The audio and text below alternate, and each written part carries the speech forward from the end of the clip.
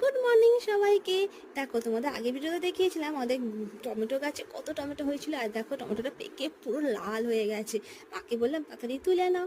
আর তারপর আমি স্নান করে পুজো টুজো করে একেবারে চলে গেছিলাম বড় বাজারে। আর রেগুলার কাজ আমার ফুল আনা।